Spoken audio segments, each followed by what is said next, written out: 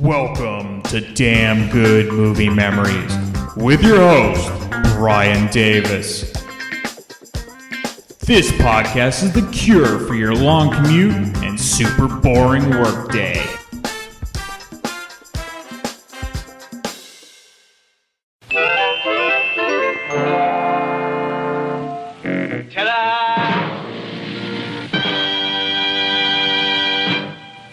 Brian, where's the new invention? I don't get it. Watch this. Brian, what are you doing? There you are. 3 years of hard work. A mechanical watchdog. Computerized, self-activating mobile crime deterrent. Unlike any watchdog that ever existed. Here he comes, and there he goes. C.H.O.M.P.S, the world's greatest watchdog.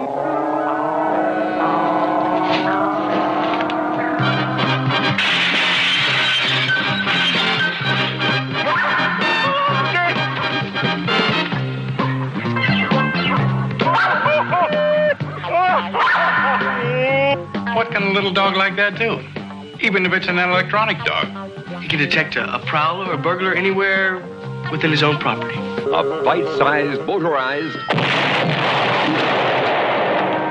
transistorized, computerized bundle of teeth. Hey, hold it! Come on! Valerie Bertinelli, star of the TV comedy One Day at a Time. Conrad Bain. Hi Guy Chuck McCann. Red Button. Oh, sorry, ladies. Hermione Baddeley. Wesley Eure. And Jim Backus, starring in C.H.O.M.P.S.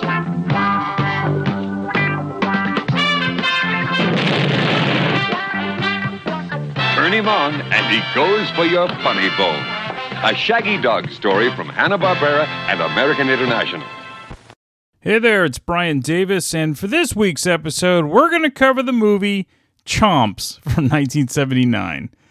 The studio was American International Pictures. Release date was August 31st, 1979. The running time, 89 minutes, and it was rated PG. No surprise, there's no reviews for this film. Let's get into the making of the film. So, Wesley Eure was best known for his TV work on shows like The Land of the Lost and the longtime soap opera Days of Our Lives. And while he and Valerie Bertinelli were the stars of the film, he was excited and nervous to work with longtime comedic actors like Jim Backus from Gilligan's Island and Mr. Magoo and Red Buttons and Chuck McCann. Bertinelli, of course, was very popular from the TV series One Day at a Time, and this would be her feature film debut. British director Don Chaffee was a longtime director for movies and television, and this would be his final theatrical film, though he would continue to direct TV films and shows. His best-known films were Jason and the Argonauts, 1,000,000 Years BC, and Pete's Dragon. His best-known directed TV shows were Charlie's Angels, Fantasy Island, T.J. Hooker, and Matt Houston. The film was produced partly by animated legends Hanna-Barbera, though it was Joseph Barbera who was most interested in doing something live-action. For the Kiss fans and the nerds out there, a year prior, they helped produce Kiss Meets the Phantom of the Park for NBC. And if you've lived under a rock, some of the most well-known cartoons came from Hanna-Barbera, like Tom and Jerry, the Flintstones, Yogi Bear, the Jetsons, Scooby-Doo, and the Smurfs. Their first idea before C.H.O.M.P.S was a live-action film for Scooby-Doo. Of course, that would happen decades later. The original release of the film had a PG rating, mostly due to the language from the dog Monster, as you'll hear. It's pretty tame still, but edgier than, let's say, a Disney film of the time. However, when the film was eventually released to home video, some versions were edited to obtain a G rating for kids to watch. One of the biggest animals of the era was Benji, so there's an obvious attempt by the producers to have a Benji feel to the film. Even the main dog is a bit shaggy like Benji. And if you're wondering what C.H.O.M.P.S stands for, it's Canine Home Protection System. Alright, let's get into the film. So it opens with some generic disco-style music you would expect from 1979, and then a fun cartoon as the opening credits. It's similar to many of the 1960s Doris Day films. After the opening credits, we get to see the robotic dog in action, which was invented by Brian Foster, played by Wesley Eure. A burglar attempts to break into Brian's garage, and Rascal leaps and hits the door before the guy can get in. He flees in his getaway car before Rascal attacks further. The local news has been running a number of stories on the rise of home burglaries. One man who is the most upset about these stories is the head of a large home security company. That's Ralph Norton, played by Conrad Bain. You remember him as Mr. Drummond from Different Strokes. Now, the reason why this film was popular with kids of the era is that the dogs talk to one another with cartoon-like voices. Rascal is likely a mutt, similar in look to the Shaggy Dog, the old Disney film. The rabble-rouser of the dogs is nicknamed Monster, and he has a funny run-in with one of the older women in town. Don't look at him. Smart ass. Up your poop, Granny. Come on, that's funny shit. Up your poop, Granny. Hence the PG rating. So Brian works for the Norton Security Company as a security engineer. He's also involved with the boss's daughter, Casey, and that's Valerie Bertinelli. Mr. Norton, I'm sorry I'm late, but I'm sorry too, Foster. Sorry I ever hired you as my security systems engineer. RJ, you're just upset. You bet I'm upset. We're losing customers left and right. When you hired Brian right out of college, it was because he was at the top of his class. You hired him because he's brilliant. He's a genius. Thanks, kid. If he's so brilliant, how come his new security system is such a miserable flop? Mr. Norton, system is fail-safe. There's absolutely no way anyone can penetrate it. Unless someone's giving away the secret of its operation. He's right. That's why you put it in your own office. Why, with this one switch activated, no one could get into this office without setting off every alarm in the building. Okay, stay right where you are. Let go of my daughter. Casey, are you all right? Oh, yes, I'm not scared of these guys. This is an office building. There's nothing you'd want here. Oh, yeah? Your wallets. Give us your wallets. Quick, the bag. Oh, you guys, come on, you're not going to do this. What can you say to a man with a gun? How about taking off those watches and those rings? And everybody empty their pockets. Go ahead. Have her fill up the bag. Go ahead. Sure, Brooks. What do you mean, Brooks? What did you say my name for? Oh, yeah, gee, I'm sorry, Brooks.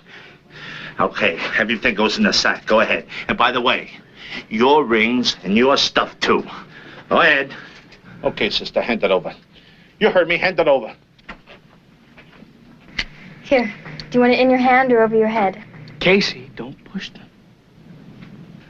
Okay, folks. See? Everything worked out all right. Nobody got hurt. All right. Now, let's not blow it this time, huh? By somebody making a foolish move like calling the cops, huh? We're going to be right outside this door. Got the door? Got the door. Okay. Now, nobody make a move. Call the police. I'll lock the door. Don't anybody move! Okay, you, off the phone. Casey, do like the man says. Okay, nobody move. You open the door. Okay, now stay right where you are. Nobody's been hurt so far. Open the door. Nobody's been hurt so far. Okay, stay right where you are. Now nobody move. Okay? All right. Brooks! Brooks! Come on. That's it. That does it. No wonder we've had so many complaints about your brilliant security system. If those two clowns can penetrate it, anybody can. You're fired, Foster. And that means you and your electronic junk. But Mr. Norton, Dad, come on. No but, Foster, and no interference there, Casey. I should never have listened to you in the first place and hired this loser. Well, I guess I better go. It's exactly what I had in mind. And you better go before I call the police, because I might just ask them to put you away for our protection. Brian, wait.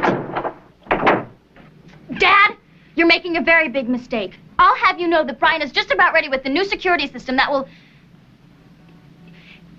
It will be the biggest thing to hit this industry ever. It'll knock you off your feet. No, it won't, because I don't want to know what it is. Operator, get me the police. This is an emergency. I'm gonna go talk to her.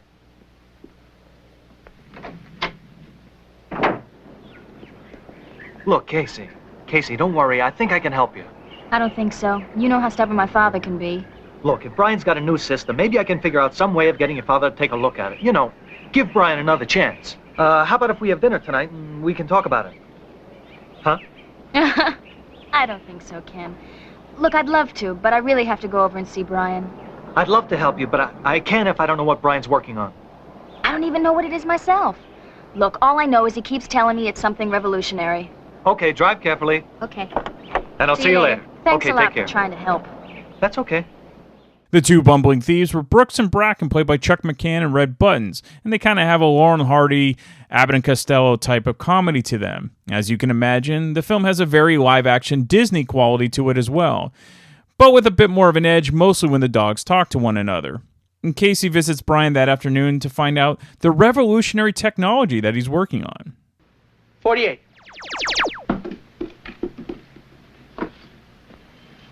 86. What's this? Brian, what are you doing? There you are. 3 years of hard work. You built a watchdog. An electronic watchdog.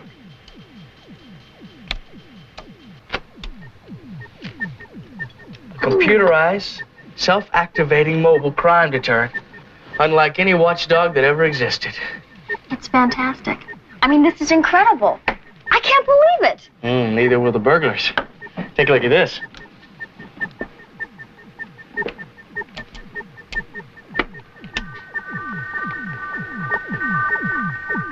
Brian. I call it my Canine Home Protection System. C.H.O.M.P.S for short. C.H.O.M.P.S, huh? Mm-hmm. And C.H.O.M.P.S is a completely programmed security system. But what can this little dog do to a burglar? Roll over on it? You can do a lot more than that, Casey. A lot more. The reason Brian went with a replica of the seemingly harmless rascal was to catch criminals off guard. If he had a Doberman Pinscher, they would steer clear immediately. C.H.O.M.P.S is to have super hearing, vision, strength, and speed. He can also make sounds like machine gun fire. C.H.O.M.P.S is controlled by a series of numbered commands that only Brian knows. In the meantime, Norton is feeling the pressure from a competitor that want to buy him out. His competitor is named Gibbs, played by Jim Backus. So Norton has to figure a way to get Brian's new technology without him knowing. So back at Brian's house, C.H.O.M.P.S gets some practice as Brooks and Bracken try to case Brian's house. C.H.O.M.P.S ends up knocking over a tree that the criminals climbed up. They escape by hiding in a hot tub. But one thing that Brian didn't count on were dog whistles that actually caused C.H.O.M.P.S system to go haywire. Also, Brooks and Bracken were hired by Norton's right-hand man, Ken Sharp, played by Larry Bishop. He wants to take over the business and sell out to Gibbs. To make matters worse, Casey's father wants her to have to marry Ken, not realizing that he's getting screwed over by him. So Brian takes C.H.O.M.P.S over to Norton's house to give him a demonstration. Initially, Norton isn't impressed. That is, until C.H.O.M.P.S detects Norton's car is being broken into and chases the criminals across town with the police siren blaring from his mouth, much to everyone's amazement. C.H.O.M.P.S eventually uses his super strength to set up a roadblock by moving a van into the road with his teeth. Eventually, he corners the guys into a warehouse and uses a forklift to crush their truck and trap the criminals before they're apprehended by the police. Of course, Norton uses this to his advantage with the press who are on the scene. That dog started it all. First, he pulled a van across the road. Then a pickup came in here without a permit. Then the battle started. Did he say that dog just started this? Yes. That's right. This is not just any dog. This is part of a new top-secret security development that we are working on at Norton Security Systems. Excuse me. Can you explain the siren? Easily. As you may know, Norton Security Systems has long been a leader in providing security and alarm systems to the citizens of this city. Perhaps Mr. Norton, the owner of Norton Security Systems, the owner of this remarkable dog, can explain just what happened. Yes, indeed. Now, this is no ordinary dog. As a matter of fact, it represents an amazing new invention that we call the Canine Home Protection System, C.H.O.M.P.S. A highly sophisticated, revolutionary security system. Well, I'd say that dog is definitely 1 in 100.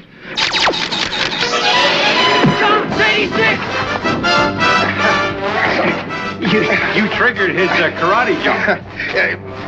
Great dog. Great dog. That should be mine. Brian is now a vice president with his invention of C.H.O.M.P.S, much to the dismay of Ken, who can feel his nefarious plan falling apart. Yes?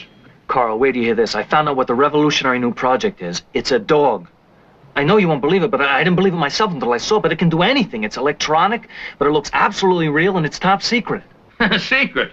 Secret, did you say? Sharp, you dummy. It's so secret I just saw it on television. Television? Now look, I want that dog. I want that dog more than I've wanted anything. And I intend to get that dog. Do you read me? Yes, sir. Your partnership hangs in the balance, Sharp. What would Norton think if he found out that you were helping his competition? Sabotaging his systems. Huh, Sharp? Well, I'd hate to think about it. All right, I'll get right on it. You get on it. Get it. Okay. All right, we know what needs to be done, but how will Brian be able to prevent Ken from stealing Chomps and Norton's business? Well, you'll just have to watch the final 40 minutes and find out. Look, the outcoming won't be very surprising, but the ride, getting there, I think is pretty fun. And this is a film for those that enjoyed those live-action Disney films from the 60s and 70s, or even the animal-friendly films like Benji. If that's in your comfort zone, you're going to enjoy Chomps. Plus, if you want to see a young Valerie Bertinelli in her acting prime, well, you get that as well. So I'll leave you with this final word from Monster the Dog.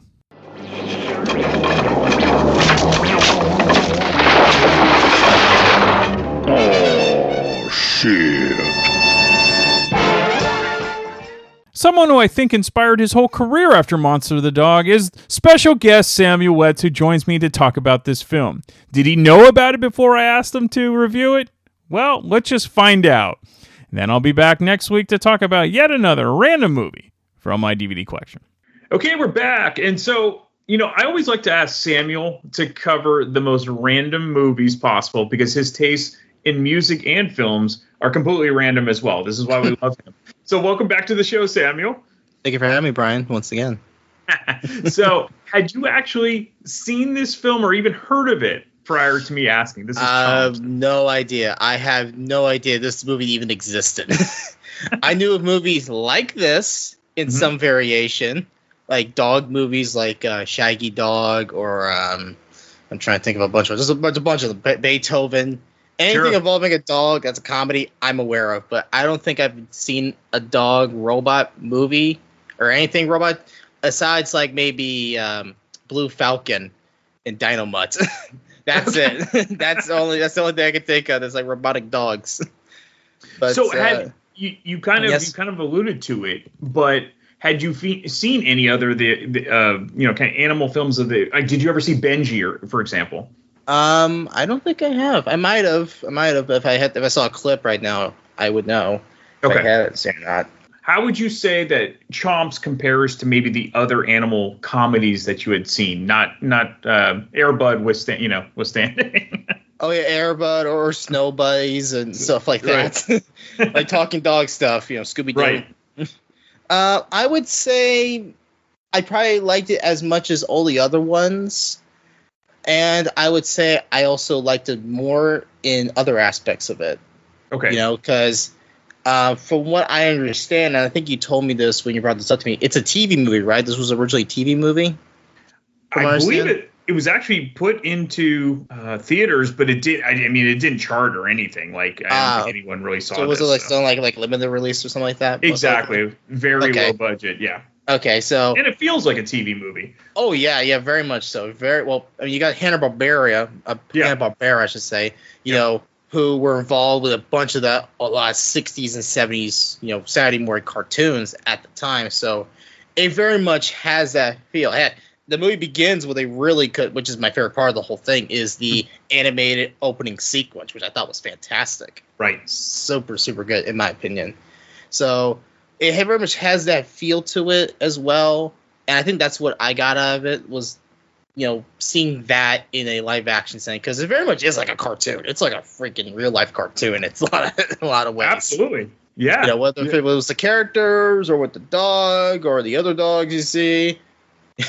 Oh shit. I'm glad that of course is Monster the Dog. So with the exception of him, this essentially feels like a live action Disney film. Like you said, the Shaggy Dog, the Shaggy DA came out in the 70s. This is definitely I would say a bit edgier, not super super edgy, but a bit edgier. What do you think? I mean, you mentioned Monster the Dog. Was that your favorite character? That dog was just ridiculous because for no reason, he speaks, probably like, in her thoughts and stuff. I'm like, why is he the one that has a voice? The other dog doesn't. The other dog that's the robot doesn't either. Right. But yeah, that's what it does. I don't know. I just felt that was super odd, and yet it just got a kick out of me, especially when, he's like chasing the dogs and stuff like to the other house, and he's like, what the heck? Oh, there's two of them. Oh. You do a good impersonation. You could have done Monster the Dog. I like that's right. When they did the remake, that is the good thing about Samuel. He's terrific at voices. Now, I'm sure at the time kids loved the dogs, while the adults, if they did see this, likely enjoyed the bumbling thieves. What did you enjoy the most? Aside the dog stuff, I really enjoyed Valerie Bertinelli. And that's a lot. I really enjoyed her, which I know she was like a big name at the time, and also especially in the 80s. Of course, in music as well, because she was the wife of Eddie Van Halen for a long time and stuff.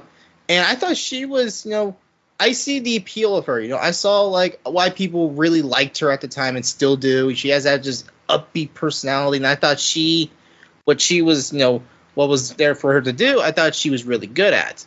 Mm-hmm. The bumbling little like criminal guys, which very much were very Hanna-Barbera. Like I've seen those type of characters in a lot of the cartoons. Like you got the skinny guy, the big dude who's got the doofus and the short way. He's like, and all that. I thought they were fun, But the one thing I think I love the most, and I can see why people might go, and it was like that for me for a little bit, and then it just kind of turned around, was the music in it.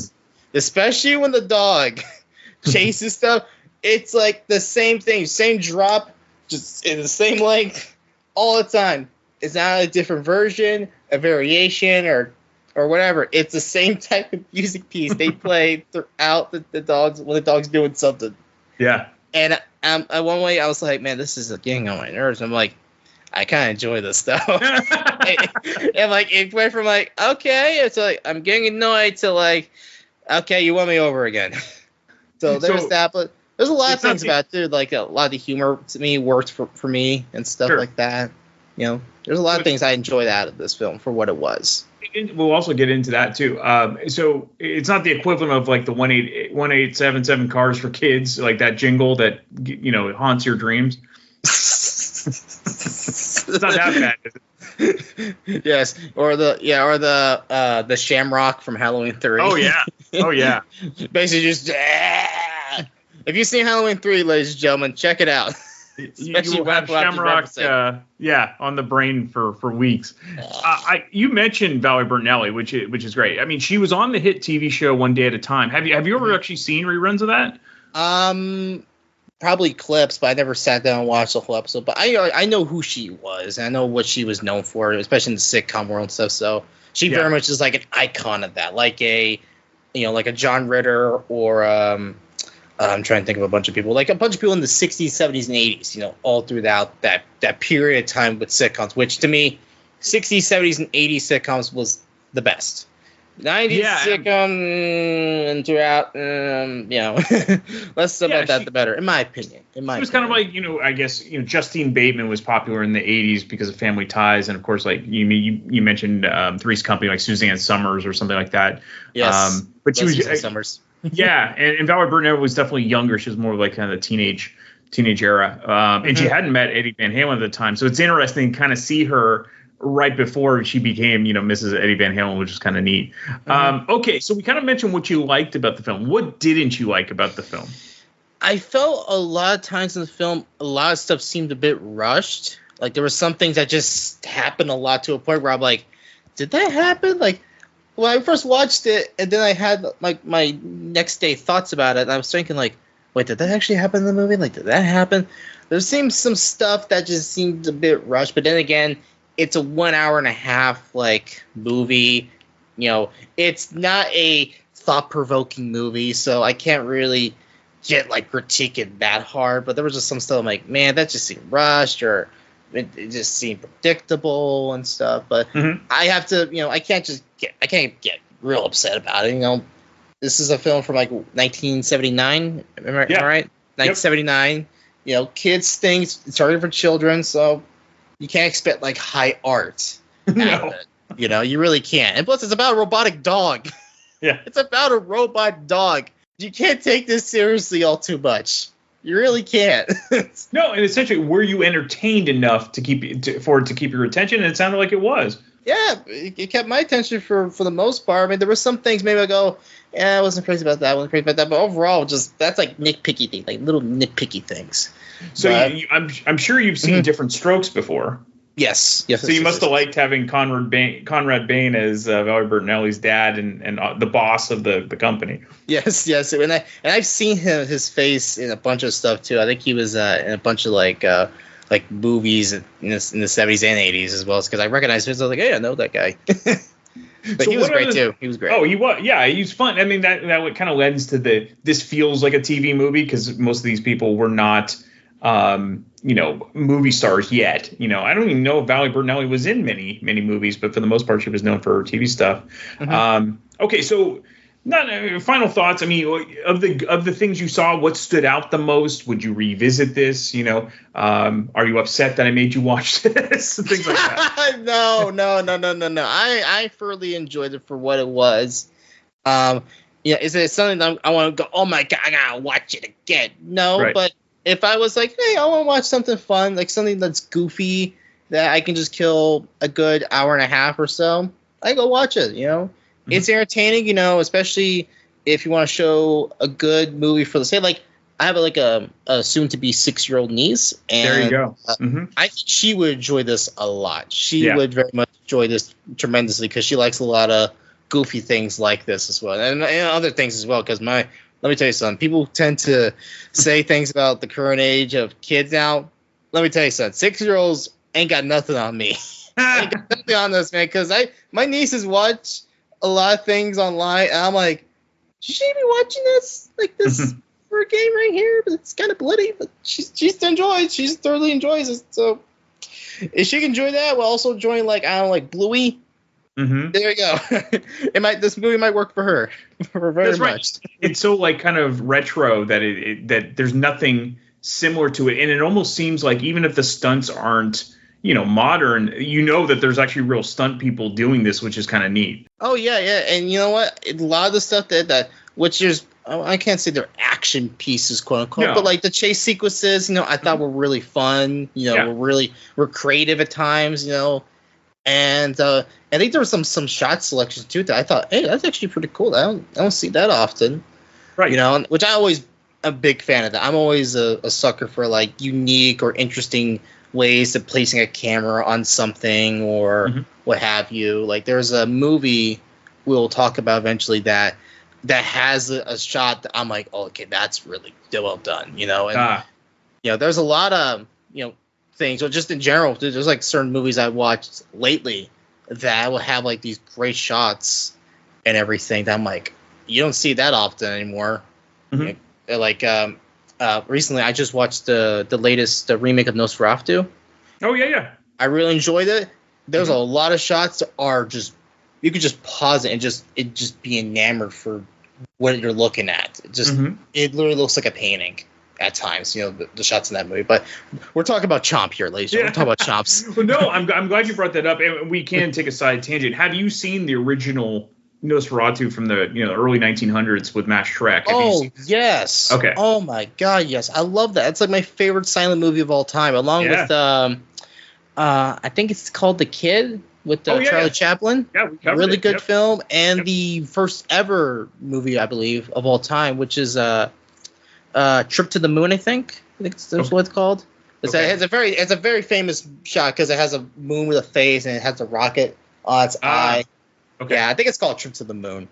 Really fascinating watch. It's only maybe 10 minutes or something. It's it's short. It's so creepy, the original Nosferatu, and he really does look like.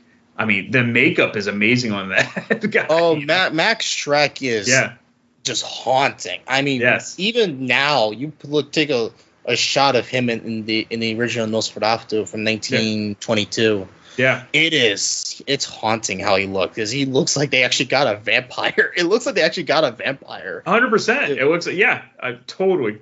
And Bill Skarsgård in the remake is fantastic. He kills in the movie. absolutely kills it. No pun intended. Yes. Okay, so we're going to wrap up on this. I'm going to give you some trivia. Let's see if you know it. What does C.H.O.M.P.S stand for? Do you remember? It was, oh my god, my brain's having a fart right now. It was it's something long. It's not super intuitive. It's kind of funny, but I'll give you a moment to kind of think. Does it involve chewing? I know the P stood for puppy or something, or pup. Okay, so it's canine. Home, so H-O-M. Okay. Protection is the P, and system is the S. Oh. So canine home protection system. Oh. God damn. My brain was like thinking like it must have been something like super goofy or somewhat clever, and I'm like, yeah. Okay, that's what it was. Okay. Most acronyms, you only have one. It's the first letter of each. They couldn't even do that with this. They had to do H-O-M. So they're like, just put that. We're just gonna put that right there. That's right. Well, I know we got no time. We gotta shoot this in a week. Pretty much. That's a good point. Well, Samuel, thank you for doing this. I always love giving you this random stuff because, look, if you're friends with Samuel, he loves random stuff, whether it be music or movies. So I thought this would be fun, and I appreciate you, digging into this and having fun with it. Yes, I really enjoyed it, man. It was definitely a fun watch for sure. If you enjoy this podcast and are an iTunes user, please do the show a favor and head on over to the official iTunes page for Damn Good Movie Memories. Be sure to leave a rating and a review. This will allow the show to appear higher in the algorithm and spread the joy of this podcast to the masses. If you are not an iTunes user, you can still listen and subscribe on Podbean at damngoodmoviememories.podbean.com. Be sure to like us on Facebook under our Damn Good Movie Memories page. You can also listen to a limited number of episodes on YouTube. I hope you enjoyed this week's episode, and be sure to tune in next week for an all-new episode of Damn Good Movie Memories.